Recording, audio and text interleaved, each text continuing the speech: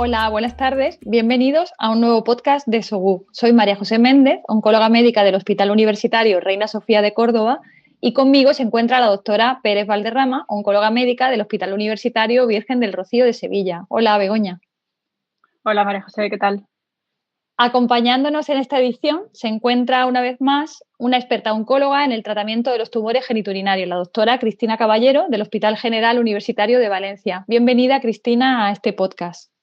Hola, muchas gracias a las dos por contar conmigo nuevamente para estas ideas tan innovadoras y enhorabuena por la iniciativa que yo creo que es muy chula y que a la gente le va a venir muy bien. Gracias, Cris. Bueno, y vamos a hablar de los trabajos más importantes que se han comunicado en cáncer renal en esta edición del Congreso Europeo de Oncología Médica. Este año, como sabéis, se ha realizado otra vez de forma virtual debido a la pandemia por COVID-19 entre los días 19 a 21 de septiembre. Cris, ¿qué destacarías tú en cáncer renal en ESMO de este año? Bueno, pues a diferencia de otros años donde el cáncer renal ha sido como el tumor principal en genitourinario, este año quizás de todos los tumores genitourinarios ha sido en el que menos novedades vamos a tener. No obstante, bueno, sin duda el trabajo más importante ha sido el que se presentó en sesión presidencial. Es un trabajo presentado por Tony Chueri. Son los datos del estudio ensayo clínico Checkmate 9ER, que es un estudio fase 3 de primera línea de tratamiento combinado con cabozantinib y nivolumab en pacientes con cáncer renal avanzado frente a sunitinib como brazo comparador. Es un estudio más de combinación de TKI y de anti-PD1. Y bueno, se presentan los primeros datos de este estudio, donde se incluyeron 651 pacientes, que incluía pacientes de todos los grupos pronósticos. Los datos se presentan con un seguimiento de 10,6 meses y es un estudio positivo en su objetivo primario, que es la supervivencia libre de progresión, siendo el doble para el brazo de combinación, 16,6 frente a 8,3 meses, con una hazard ratio de 0,51 y un p-valor inferior a 0.0001, con lo cual las diferencias son muy contundentes entre los dos grupos y, bueno, beneficiándose prácticamente todos los subgrupos analizados en el análisis por subgrupos. También se ve un beneficio claro en tasa de respuestas para la combinación, 55,7 frente a 27,1%, con una p-valor también muy significativa, apareciendo incluso ya a los 10,6 meses de tratamiento una tasa de respuestas completas de un 8% para el brazo experimental. Se objetivó hasta un 95% de reducción del tamaño tumoral en los pacientes incluidos en el brazo experimental, con un 70% de pacientes que tuvieron una reducción superior al 30%. Y bueno, los efectos adversos más importantes pues fueron un poquito peores en el brazo de combinación, como era de esperar, 61 frente al 51%, pero sobre todo asociados al TKI, es decir, al cabozantinib. Efectos adversos inmunorrelacionados grado 3 se observaron muy poquito, menos del 1%, y también se observan ya datos de beneficio en supervivencia global, pero como hemos dicho, el seguimiento es muy cortito, de 10,6 meses, por lo tanto no se habían alcanzado las medianas de supervivencia global en ninguno de los dos brazos, y por lo tanto los datos, pues aunque nos dan aunque parece que va a haber mucho beneficio, pues son todavía datos muy inmaduros para sacar conclusiones. Y en general de este estudio lo que podemos concluir es que podemos estar frente a un nuevo estándar de tratamiento en primera línea, una combinación que consigue una reducción del 49% del riesgo de progresión, de hasta el 40% del riesgo de muerte y un beneficio absoluto en tasa de respuesta del 29%, independientemente de los subgrupos, y además aportando una mejoría en la calidad de vida, porque sí que aparecen los datos de calidad de vida y los pacientes que llevaron la combinación presentaron mejor calidad de vida que los pacientes que recibieron solo la monoterapia. Pues gracias, Cris. En la discusión el doctor Porta hizo una reflexión entre los diferentes estudios que se han ido comunicando en primera línea, en combinación, y por cierto, creo que no analizó el estudio de Abelu en combinación, solo los estudios que tenían, me imagino, porque los que tenían ya datos de supervivencia global. Y en este último estudio que tú has presentado, se hace un análisis por subgrupo y parece que todos los subgrupos, incluidos los de buen pronóstico, se benefician. A pesar de que en otros estudios ya hemos ido viendo que conforme se hacía análisis a largo plazo, se perdía significación en ese grupo. ¿Tú crees que todavía puede seguir teniendo en el 2020 un papel la monoterapia con un inhibidor de tirosina quinasa? Pues bueno, yo creo que habrá que esperar un poquito más. Habrá que esperar a los datos con un poco más de tiempo, pero sí que es verdad que igual que se vio inicialmente en el ensayo de Pembro-Axi, se benefician todos los grupos y el grupo de buen pronóstico, que está bastante bien representado, pues también se beneficia, con lo cual pues esto nos daría un poquito más de dudas, ¿no? sobre las monoterapias. Recomiendo, para la gente que no lo haya visto, la verdad, la discusión de Camilo Porta, porque me pareció una reflexión muy interesante que pone en contexto este estudio junto con el estudio de Ipinivo y con el de Pembro-Axi y explica muy bien, ¿no?, las diferencias de los estudios en cuanto a la selección de población, en cuanto a los grupos pronósticos, en cuanto al tiempo de seguimiento, las respuestas completas, etcétera. Y la verdad, a la pregunta de si un antiangiogénico solo podría beneficiar, yo creo que la respuesta únicamente la vamos a poder tener de análisis de biomarcadores y de esos todavía tenemos poquitos. El tema es que ahora tenemos 3 combinaciones, ¿no?, en todos los grupos pronósticos y, bueno, una en intermedio mal pronóstico, pero, bueno, ¿realmente es lo mismo? ¿Valen todas las combinaciones para todos los pacientes o cómo vamos a seleccionar? Porque cuando la aprobación llegue a España de las combinaciones, tendremos que decidir cuál ponemos, ¿no? Pues sí, pero la verdad es que a esa pregunta no te puedo dar yo la respuesta, porque no la pudo dar ni el discursor, con lo cual no creo que sea capaz yo de dar esa respuesta. Yo creo que es la pregunta que nos hacemos todos los oncólogos, ¿no? Vamos a tener tres combinaciones muy buenas y yo creo que nos vamos a tener que basar en otras cosas, ¿no? Pues en qué tipo de toxicidad podemos esperar, en qué tipo de respuestas estamos buscando. Mientras no tengamos nada más que la clasificación clínica, pues nos tendremos que basar en ese tipo de cosas, ¿no? Pero no hay una respuesta para eso. Y en qué nos dejen nuestras agencias. ¿Y tú crees que pensar en la secuencia influirá en la decisión inicial? Yo creo que debería, ¿no? En cierta manera, si tuviéramos estudios con igualdad de condiciones, igualdad de respuestas y tal, sí que deberíamos pensar en cierta manera en la mejor secuencia para nuestros pacientes en función de lo que estemos buscando. Pero la realidad es que cuando tienes un paciente en la consulta, yo creo que todos intentamos utilizar lo que creemos que es más activo y lo que creemos que es menos tóxico dentro de lo que nos dejan utilizar, ¿no? Yo creo que ninguno de nosotros solemos mirar tan allá. Y bueno, pues un poco en el resto del Congreso he elegido 2 estudios en cuanto a fármacos y bueno, unas anotaciones en cuanto a los estudios que se utilizaron sobre biomarcadores, ¿no?, para resaltar alguna cosa de ellos.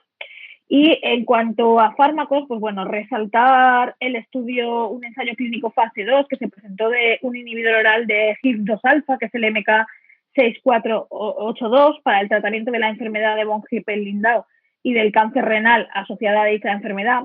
Los datos de este estudio ya se presentaron en ASCO y algunas cosas también salieron en ASCO-GU, pero bueno, me sigue pareciendo un estudio interesante y sobre todo una molécula interesante. Y esto es un estudio donde se incluyeron 61 pacientes con enfermedad de von Hippel-Lindau, que sabemos que la mayor parte de ellos van a presentar tumores renales. Y lo que se vio pues fue que en principio esta molécula consigue tasas de respuesta de hasta el 36% como tratamiento de primera línea en los cánceres renales asociados a la enfermedad de von Hippel-Lindau.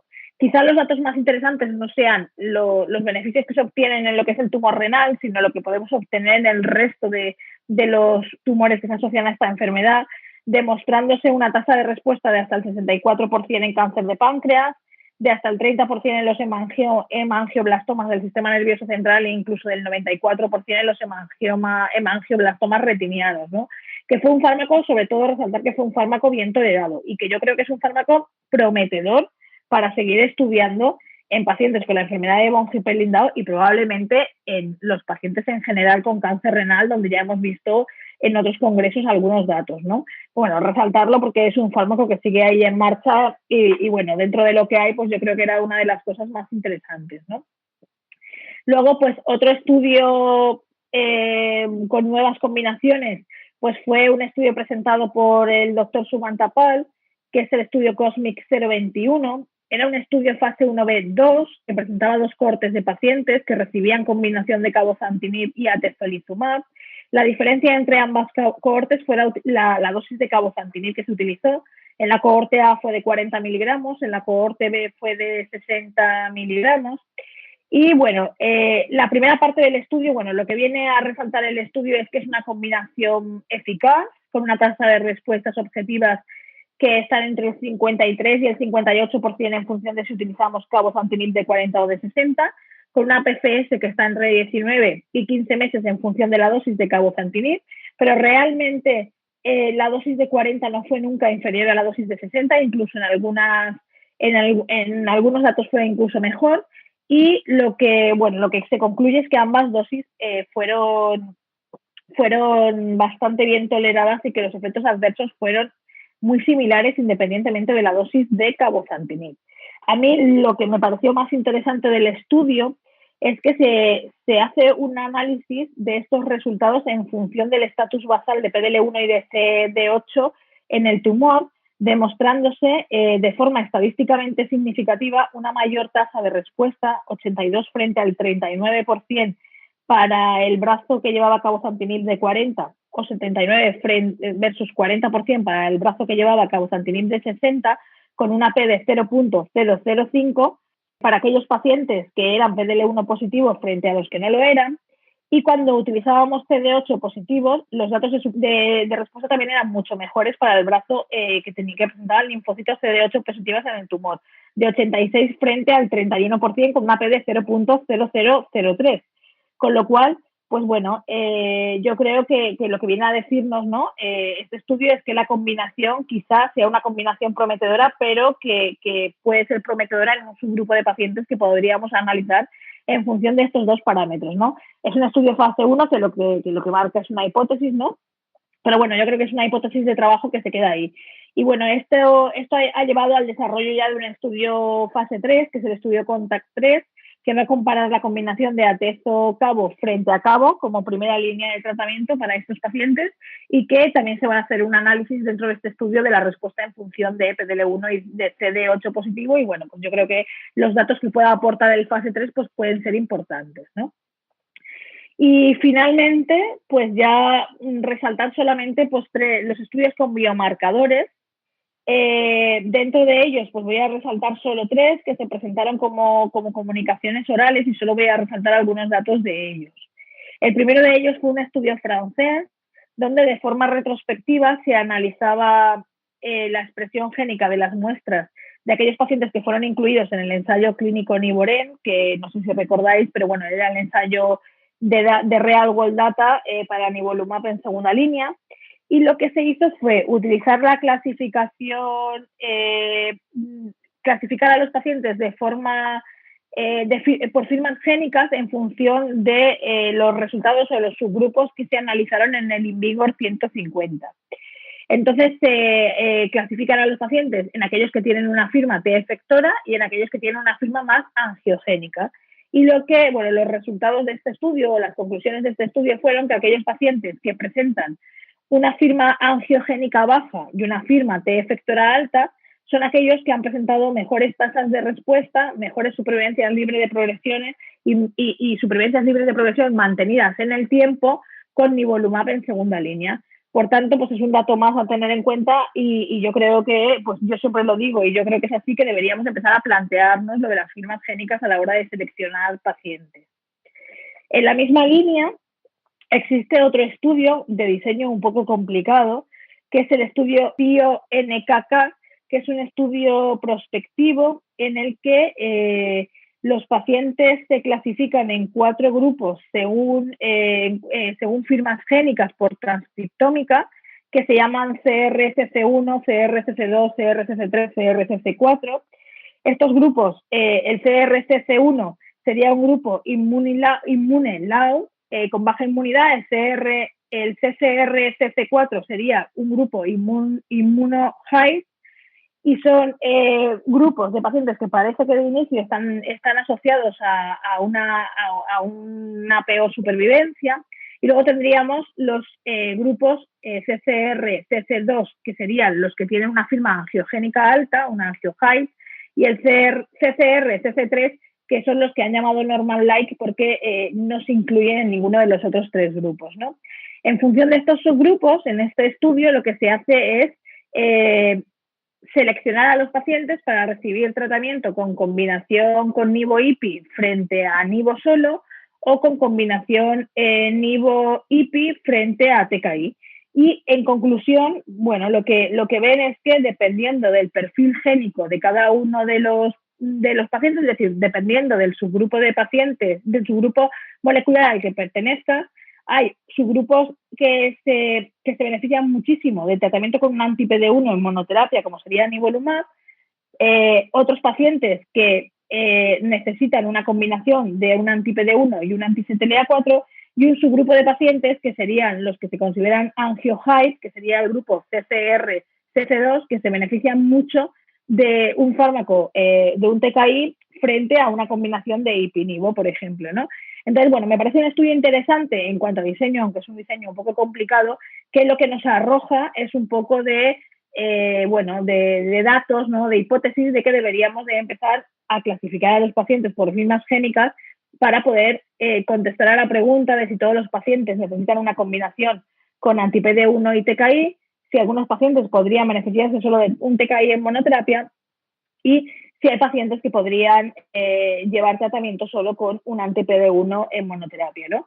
No obstante, es un estudio complicado, pero que, bueno, que llama bastante la atención y que yo creo que merece la pena leerse, ¿no? Para tener una idea de por dónde deberían de ir las cosas, ¿no?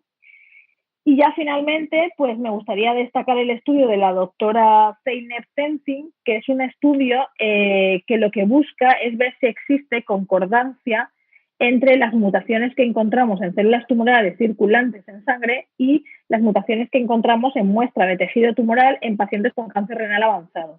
En este estudio se incluyeron más de 800 pacientes y las conclusiones del estudio es que prácticamente todos los pacientes presentaban células tumorales circulantes en sangre y que en todos ellos se pudieron encontrar las mutaciones dragables que podemos también encontrar en tejido tumoral. Es decir, que los datos que encontrábamos en CTCs eran datos muy similares a los que encontrábamos en tumor, que esto es algo pues que teníamos dudas, ¿no? Por la heterogeneidad tumoral que hay en el cáncer renal. Y, por tanto, pues nos abre un amplio campo, ¿no? De posibilidades para el estudio de biomarcadores en nuestros pacientes, ya que no siempre disponemos de muestras de tumor para poder hacerlo, ¿no? Entonces, bueno, resaltar sobre todo estos tres, aunque realmente de biomarcadores hubo muchísimos trabajos, incluso muchísimos en forma de póster, pero bueno, estos tres fueron comunicaciones orales y yo creo que bueno, resaltarlos es importante porque nos abren un poquito más, ¿no? el campo de estudio en nuestros pacientes. Pues estoy de acuerdo contigo en que la verdad que se deberían incluir todas estas firmas, dados los resultados tan prometedores en el diseño de los estudios en cáncer renal. Y luego, con respecto al otro estudio que has presentado en enfermedad de von Hippel-Lindau, pues también me llama la atención que, a pesar de que creo que se trataba de enfermos que no eran metastásicos, ¿no? Se trataba de pacientes con cáncer renal asociado a la enfermedad, pero creo que no eran metastásicos, ¿no? Entonces, bueno, me ha llamado la atención que si el objetivo principal del estudio era la tasa de respuesta en esa actividad en el cáncer renal asociado a la enfermedad, al final lo que sí que demuestra es más eficacia en las lesiones que no son, que son relacionadas, asociadas a la enfermedad de von Hippel-Lindau, como los hemangioblastomas y lesiones pancreáticas, pero no el propio cáncer, ¿no? Entonces, no sé si realmente esta actividad, esta tasa de respuesta de alrededor del 30 y tantos % que has dicho, realmente cambia un poco lo que ya tenemos de datos de eficacia con otras combinaciones en enfermos metastásicos. A ver, yo creo lo que comentan del estudio, ¿no? El que presenta el estudio es que son pacientes que, por el tipo de enfermedad que tienen, son pacientes que se tienen que someter a muchas cirugías y que muchas veces no es posible, ¿no? Entonces, un poco lo que buscan es un fármaco que, dado en los pacientes, bloquee un poco o reduzca la aparición de muchos de estos tumores. No es verdad que si lo comparas con las tasas de respuesta que tenemos con otras combinaciones, pues la tasa de respuesta del 36% es una tasa de respuesta muy baja, ¿no?